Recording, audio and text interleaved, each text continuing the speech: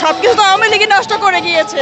যে কদিন সমাধান না হবে সেই কদিন। বাংলাদেশ জাতীয়তাবাদী দল বিএনপি কর্তৃক মনোনীত জনতার মেয়র ইঞ্জিনিয়ার ইশরাক হোসেন সাহেব গত নির্বাচনে ঢাকা মহানগর দক্ষিণের আপামর জনসাধারণের ভোটে নির্বাচিত হয়ে নগর ভবনে আসার কথা ছিল, কিন্তু শেখ হাসিনা ও তার দোসররা মিলে জনতার মেয়র জনাব ইঞ্জিনিয়ার ইশরাক হোসেনকে তার পদে আসীন হতে দেয় নাই।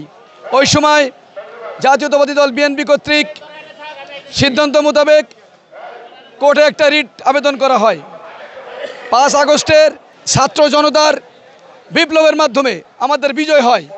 বিজয়ের পরে মাননীয় কোর্ট জনতার মেয়র ইশরাক হোসেনের পক্ষে রায় দেয় এবং সর্বশেষ নির্বাচন কমিশন কর্তৃক গেজেট প্রকাশ করে প্রজ্ঞাপন জারি করা হয়। আজকের জনতার মেয়র জনাব ইশরাক হোসেনকে ক্ষমতায় আসীন হতে দিচ্ছেন না, যার কারণে আজকের নগর ভবনের সামনে আমরা ব্লকআউট করতে বাধ্য হয়েছি।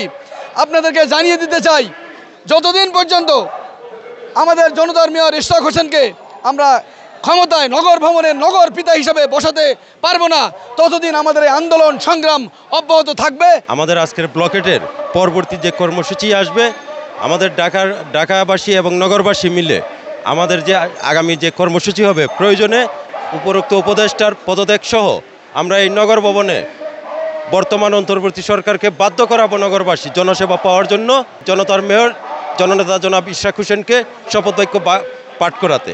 এইভাবে আন্দোলন চলতেই থাকবে, যেই পর্যন্ত ইশরাক শপথ না বাক্যপাঠ না করাবে এই পর্যন্ত চলতে থাকবে ইনশাল্লাহ। কঠিন কর্মসূচিতে আমরা পালন করবো ইনশাল্লাহ। টোটালি সচিবালয় ঘেরাও করবো আমরা।